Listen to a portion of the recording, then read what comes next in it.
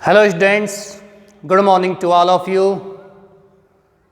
My dear students, today we are going to start here poetry section of class 12th.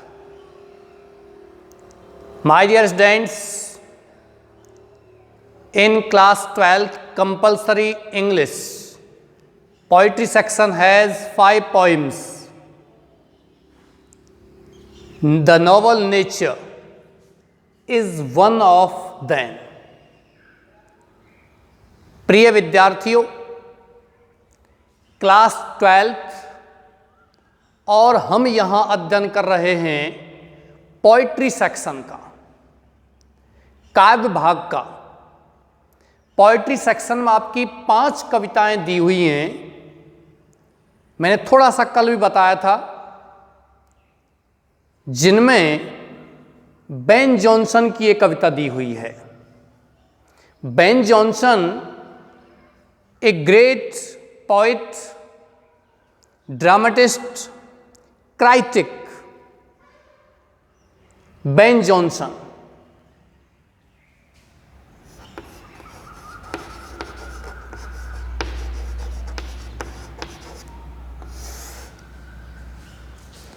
आपके इस poetry section में Ben Jonson से लेकर के William Shakespeare तक कई महान कवियों की कविताएं यहाँ दी हुई हैं। माय डियर स्टूडेंट्स, अन्य कविताओं के बारे में हम बाद में जिक्र करेंगे। विलियम शेक्सपियर की कविता दी हुई है the 7 age of man, derived from the comedy और romantic drama as you like it. उसके बारे में बाद में बात करेंगे। आपकी और भी कविताएं द स्नेह, होप, राजन अग्रवाल, ए बर्ड सॉन्ग, ए बॉयज सॉन्ग, एक लड़के का गीत, W. गिब्सन की कविता दी हुई है। लेकिन आज हम केवल इसी कविता के बारे में बात करेंगे। प्रिय विद्यार्थियों, बेन जॉनसन, जिनका जन्म 1573 में हुआ था, ये ऐसे नाटककार और ऐसे कवि हुए हैं जो विलियम शेक्सपियर के समकालीन माने जा सकते हैं। हालांकि विलियम शेक्सपियर का जन्म 1564 में हुआ था और वो 1616 में इस संसार से विदा हो गए थे, जबकि बेन जॉनसन 1573 में इनका जन्म हुआ था, 1573, और 1637 में ये पास अवे हो गए। विलियम शेक्सपियर ने जहां स्टेज पर नाटकों का मंचन किया था, और आज भी उनके नाटक उतने ही चाव से देखे जाते हैं, किताबों में पढ़े जाते हैं। वो अपनी छाप आज भी 400-500 वर्षों के बाद भी अपनी छाप रखते हैं। उसी प्रकार से विलियम शेक्सपियर के बाद बेन जॉनसन एक महान नाटककार हुए थे, एक महान कवि हुए थे, क्राइटिक भी हुए थे। क्राइटिक का मतलब होता है समालोचक, एक ऐसा व्यक्ति जो किसी दूसरे लेखक के लेखन की समालोचना करता है। समालोचना का मतलब वह उसके लेखन के अच्छे व बुरे, यानी गुण और दोष दोनों का ही जिक्र करता है। वो कहलाता है समालोचक, great critic. So dear students, we start here. Poetry section के बारे में मैंने आपको बता दिया। आपकी कविता है the noble nature. The noble nature, noble means होता है आदर्श या उद्दत, अच्छी, आदर्श, उद्दत, अच्छा, एक्सीलेंट, सर्वश्रेष्ठ। और नेचर का मतलब होता है प्रकृति या स्वभाव। आदर्श प्रकृति या उद्दत प्रकृति या उद्दत स्वभाव या कह सकते हो अच्छा स्वभाव। माय डियर स्टूडेंट्स, सबसे पहले इस कविता के बारे में मैं आपको बता देता हूं। ये एक शॉर्ट लिरिक है। क्या है ये? Short lyric. शॉर्ट लिरिक का मतलब एक छोटा सा गीत, एक ऐसा गीत जिसे एक वाद्य यंत्र के साथ गाया जाता है, जिस वाद्य यंत्र का नाम होता है lyre. LYRE, lyre. The Hindi translation of the word lyre means veena. Lyre को हिंदी में वीणा कहते हैं। एक वीणा जैसा ही वाद्य यंत्र होता है जिसको हम क्या कहते हैं? लायर। प्रिय विद्यार्थियों, ग्रीक लोगों के द्वारा जंगलों में पेड़ों के नीचे बैठ करके इस लायर, इस वाद्य यंत्र की सहायता से गीत गाए जाते थे, उनको हम कहते हैं लिरिक। लेकिन जो इस कविता में या जो कविता दी हुई है वो लिरिक भी नहीं है, एक शॉर्ट लिरिक है, एक छोटा सा क्या है? गीत है। चलिए चलते हैं। द नोबल नेचर, आदर्श प्रकृति, आदर्श स्वभाव। यहां the word nature has two different meanings. A word that has two different meaning is called pun. Pun is a literary device.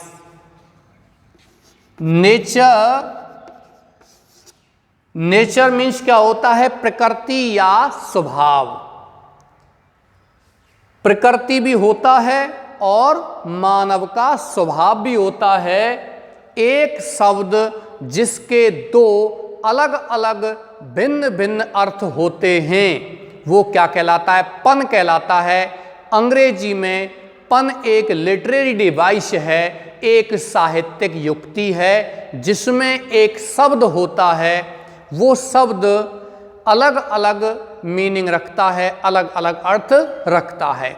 एक शब्द जिसके अलग अलग अर्थ होते हैं, एक शब्द जिसके दो अलग अलग अर्थ होते हैं, या दो शब्द जिनका एक ही अर्थ होता है, जिसको हम क्या कहते हैं?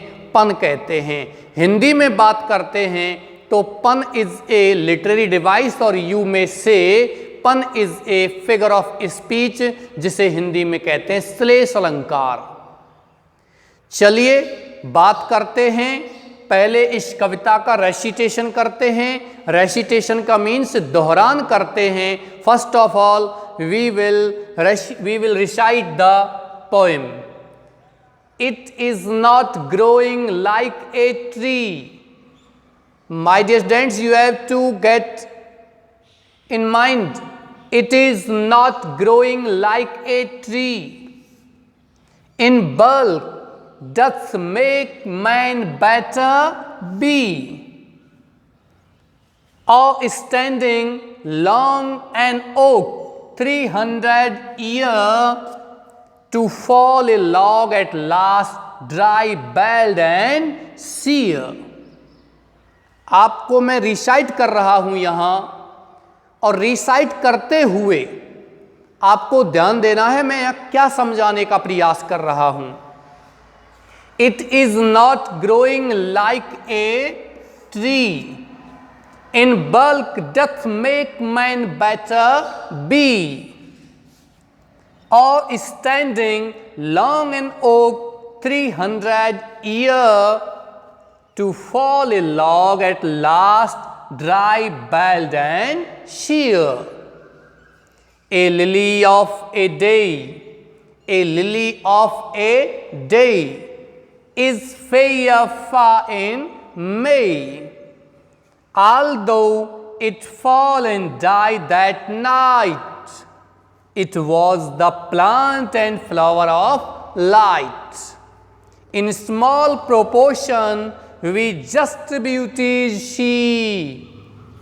and in short measures life may perfect be. My dear students, यहाँ रेसिटेशन करते समय और इस पोएम को रिसाइट करते समय आपने महसूस किया होगा कि पहली पंक्ति का दूसरी पंक्ति से एक रिदम बैठ रहा है, एक तुकबंदी बैठ रही है। यहाँ राइम स्कीम की बात करते हैं तो पहली पंक्ति की दूसरी पंक्ति से रिदम बैठ रहा है, तुकबंदी बैठती है। Tree be, year sheer, day May, night light, she be। ये कविता का मूल होता है। प्रिय विद्यार्थियों, कविता को पढ़ने के बजाय गाया जाता है। ए पोएम इज sung, कविता गाई जाती है। और छोटे छोटे बच्चों को it is not growing like a tree in bulk doth make man better be और standing long an oak 300 year to fall a log at last dry bald and sheer। A lily of a day is fair fine May, although it fall and died that night, it was the plant and flower of light.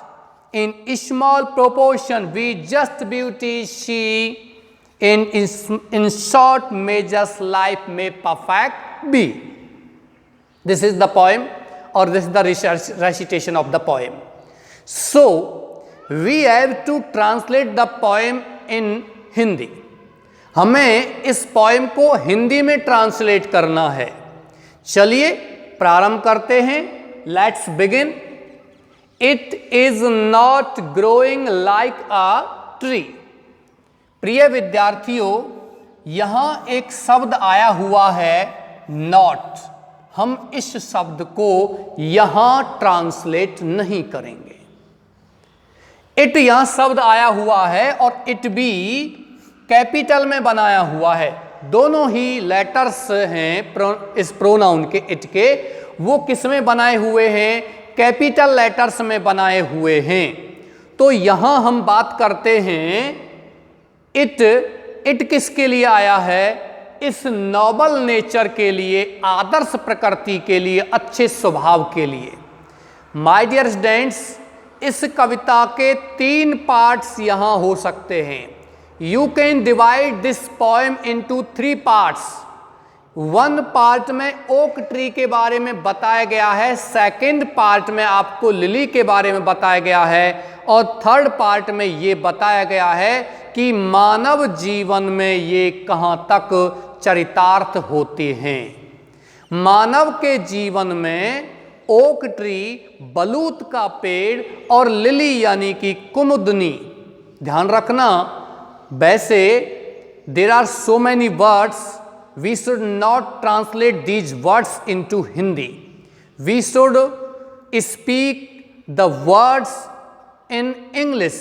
Lily और oak, इनको जैसे हैं वैसे ही बोलिए। वैसे okay का मतलब बलूत का पेड़ और लिली का मतलब होता है कुमुदनी। कुमुदनी एक फूल होता है, लिली एक फूल होता है। तो मैं यहां बता रहा था 3 भाग होते हैं। नंबर 1 भाग है इसका कि बलूत का पेड़ वर्णन किया गया। सेकंड पार्ट में वर्णन किया गया है इसका लिली के फूल के बारे में। और थर्ड पार्ट इस पोएम का हम यह ले सकते हैं कि कवि किस प्रकार से प्रकृति से 2 प्रतीक लेते हुए the great poet Ben Jonson draws 2 symbols from the nature, 1 is oak tree and second is lily flower. 2 प्रतीक लेता है यहां और 2 प्रतीकों की तुलना मानव जीवन से करता है कि बलूत का पेड़, ओक ट्री बहुत लंबे समय तक जीता है, लेकिन मानव के लिए या किसी के लिए किसी काम का नहीं होता है। अंत में भी जब ये गिरता है तो केवल सूखी लकड़ियां प्रदान करता है, जबकि लिली का फूल होता है वह अंत में और उसी दिन, छोटा जीवन है, शॉर्ट लाइफ है लिली का, एक दिन ही जीवन जीता है, लेकिन जो भी व्यक्ति लिली के फूल को देखता है वह उसकी सुंदरता को देख करके बहुत ही ज़्यादा प्रसन्न हो जाता है।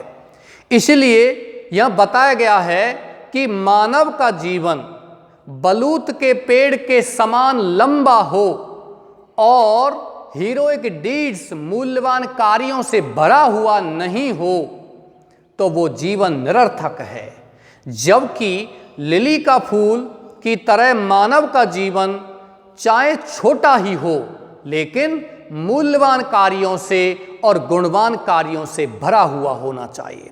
प्रिय विद्यार्थी, यहाँ इस कविता में यही बताया गया है कि एक व्यक्ति जिसने 100 वर्ष जीवन जिया है लेकिन अपने जीवन में कोई भी काम उसने नहीं किए हैं, उसके बजाय ऐसे व्यक्ति का जीवन अधिक श्रेष्ठ है जो मात्र 25 या 30 या 40 वर्ष जीवन जिया है लेकिन छोटे जीवन में भी उसने बहुत सारे काम किए हैं। स्वामी विवेकानंद को देख लीजिए, बहुत से अपने इंग्लिश में कवि हैं, जॉन कीट्स कवि है, मात्र 25-26 वर्ष उन्होंने जीवन जिया है लेकिन अपने आप को महान रोमांटिक पोइट्स में शामिल करवाया है। कक्षा 10वें क्लास 10th में कविता है लोटस तोरू दत्त की, मात्र 21 वर्ष उस कवयित्री ने जीवन जिया है लेकिन अपने आप को महान कवियों में शामिल करवाया है। तो चाहे अपना जीवन छोटा हो लेकिन मूल्यवान कार्यों से भरा हुआ होना चाहिए, इस कविता में बताया गया है। चलिए प्रारंभ करते हैं। मैं बता रहा था नॉट शब्द को यहां हम प्रोनाउंस नहीं करेंगे, यहां हम इसका उच्चारण करते हुए हिंदी ट्रांसलेशन नहीं करेंगे। हमें कैसे पढ़ना है? इट किसके लिए आया? द नोबल नेचर, आदर्श प्रकृति के लिए आया है। It is growing, it is growing माने बढ़ना, विकास करना, लाइक अ ट्री माने एक पेड़ की तरह, पेड़ की तरह विकास करना, पेड़ की तरह बढ़ना, पेड़ की तरह वृद्धि करना। इन बल्क माने विशाल आकार में। ध्यान रखना प्रिय विद्यार्थियों, मैं फिर से बता रहा हूं, नॉट का हिंदी ट्रांसलेशन इस पंक्ति में हम नहीं करेंगे। कहां करेंगे मैं बता देता हूं। कवि किस जगह पर कौन से शब्द का इस्तेमाल करते हैं? इट इज ग्रोइंग माने बढ़ना, विकास करना, लाइक अ ट्री माने एक पेड़ की तरह, इन बल्क माने विशाल आकार में, विशाल और बड़े आकार में एक पेड़ की तरह बढ़ने से, doth make man better B. अब यहां हम नॉट को लगाएंगे, डज नॉट। ध्यान रखना ये डथ शब्द है, पहले लैटिन में इस शब्द को हम डथ बोलते थे और डथ ही लिखते थे, जबकि ये डू और डज का ही एक रूप है। डथ नॉट या कह सकते हो डज नॉट, इस नॉट को यहां लेके हम आएंगे। डज नॉट मेक नहीं बना सकता है, या does not be man better. ध्यान रखिए, पेड़ की तरह विशाल आकार में बढ़ना मैन इंसान को डज नॉट मेक नहीं बनाता है, बेटर बी माने अधिक अच्छा। आगे समझ में? पेड़ की तरह विशाल आकार में बढ़ने से इंसान अधिक अच्छा नहीं बनता है, ये इसमें बताया गया है। इस नॉट को आप यहां लिखोगे, यहां हिंदी अर्थ करोगे इसका। एक पेड़ की तरह, एक पेड़ की तरह विशाल आकार में बढ़ने से इंसान महान नहीं बनता है, इंसान बड़ा नहीं बनता है, अच्छा नहीं बनता है। दो पंक्तियां क्लियर हुई हैं। अब इन पंक्तियों में हम फिगर ऑफ स्पीच की बात कर लेते हैं, अलंकार की बात कर लेते हैं। तो देखिए पहली पंक्ति में है it is growing like a tree, यहां एक शब्द आया है like. Simile is a figure of speech. Simile उपमा अलंकार जिसमें दो वस्तुएं आपस में तुलना करती हैं। लाइक और एज शब्द जिसमें आते हैं वो क्या कहलाता है? सिमिली उपमा अलंकार। बेटर होता है आपका degree, comparative degree. Good, better और बेस्ट। मैं आशा करता हूं दो पंक्ति आपके समझ में आ गई होंगी। It is growing like a tree, एक पेड़ की तरह विशाल आकार में बढ़ने से मैन इंसान does not make better be, अच्छा नहीं बनता है या अच्छा नहीं बन सकता है, महान नहीं बन सकता है। बेटर माने अधिक अच्छा या महान। पेड़ की तरह विशाल आकार में बढ़ने से इंसान महान नहीं बनता है। आपने हिंदी में पढ़ा होगा, बड़ा भया तो क्या भया जैसे पेड़ खजूर, पंथी को छाया नहीं फल लागे अति दूर।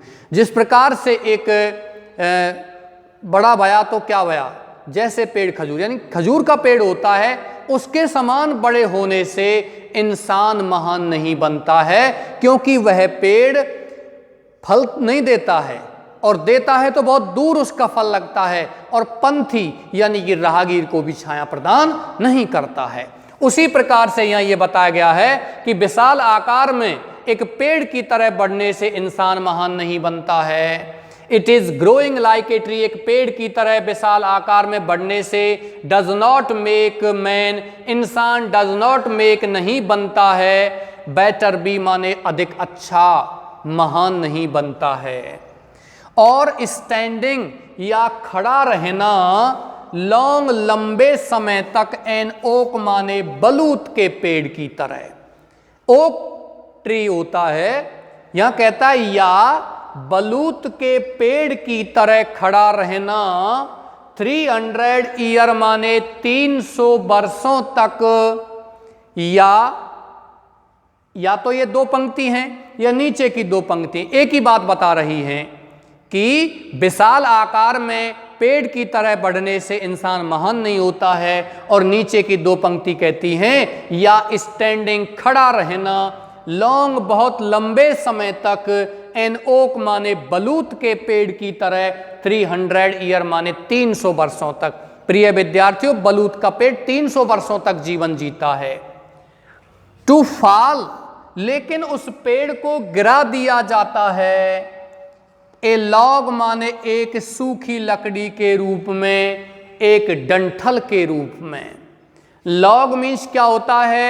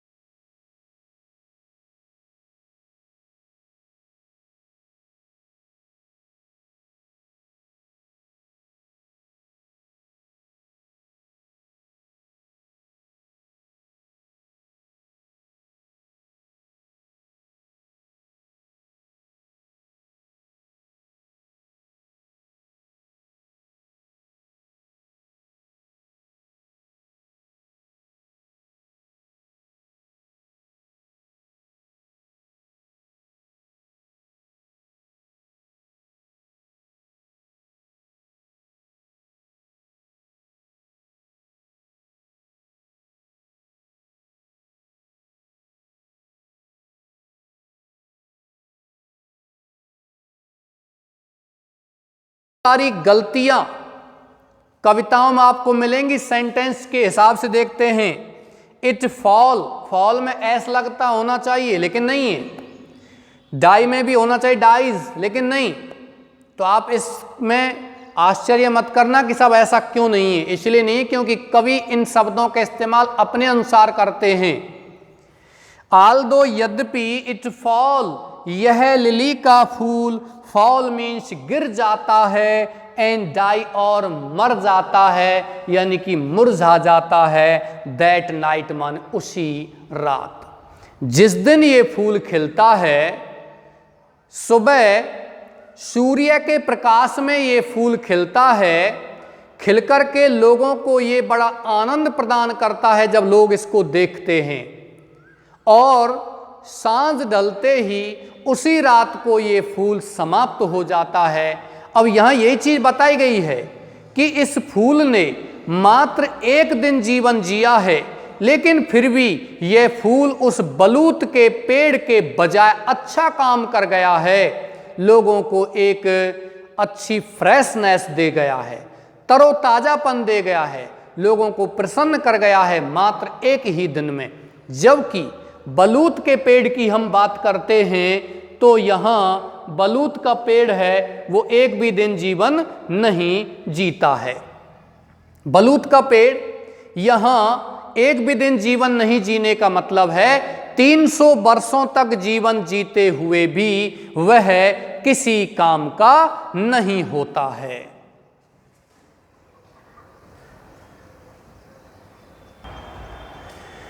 यहां इस पोएम में यही बात बताई गई है। बलूत का पेड़ लंबे समय तक जीवन जीते हुए भी यह माना गया है कि उसने एक भी दिन जीवन नहीं जिया है, क्योंकि वो जीवन उसका किसी काम का नहीं है। दूसरी बात, लिली का फूल मात्र एक दिन जीवन जीता है, फिर भी हम उसको मानते हैं कि इसने बहुत लंबा जीवन जी लिया है। Here in this poem, the poet contrasts a meaningless life with a life that is full of heroic and virtuous deeds. So, in this poem, the poet wants to give a message to humanity that human life should be full of heroic and virtuous deeds. मानव का जीवन एक महान कार्यों से भरा हुआ होना चाहिए। चलिए यहां से आगे फिर बात करते हैं नीचे वाली जो आपकी पोएम्स दी हुई हैं, ये लाइन दी हुई हैं उनके बारे में। Although it fall and die that night, यद्यपि ये फूल, लिली का फूल, फॉल गिर जाता है, एंड डाई और मुरझा जाता है, मर जाता है, समाप्त हो जाता है, दैट नाइट उसी रात को।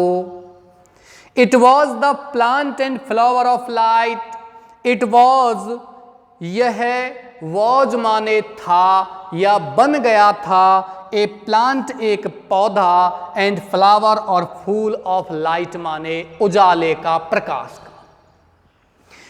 मीन्स टू से इस फूल ने मात्र एक दिन जीवन जिया है, फिर भी लोग इसे क्या कहते हैं, एक प्रकाश का फूल कहते हैं, प्रकाश का पौधा कहते हैं। जबकि बलूत का पेड़ 300 वर्षों तक जीवन जिया है, फिर भी हम इसे प्रकाश का पौधा नहीं कहते हैं, क्योंकि इसका लॉन्ग लाइफ मीनिंगलेस है, अर्थहीन है, बेकार है। Okay dears, next, in small proportion, छोटा सा आकार में, प्रोपोर्शन माने आकार, छोटे से आकार में, वी हम जस्ट ब्यूटीज सी, जस्ट माने केवल, ब्यूटीज माने सुंदरताओं को, सी माने देखते हैं, देख रहे हैं। किसी भी पेड़ पौधे का जीवन, किसी मानव का जीवन छोटे से आकार का हो, लेकिन उस छोटे से आकार के जीवन में भी हम सुंदरताओं को देख लेते हैं। कहने का मतलब यह है कि एक व्यक्ति जिसने लंबा जीवन जिया है लेकिन अपने जीवन में कोई अच्छे काम नहीं किए हैं, उसके बजाय उस व्यक्ति का जीवन श्रेष्ठ है जिसने अच्छे काम किए हैं, चाहे उसका जीवन छोटा ही क्यों ना हो। एक व्यक्ति जिसने 70 वर्ष जीवन जिया है, एक व्यक्ति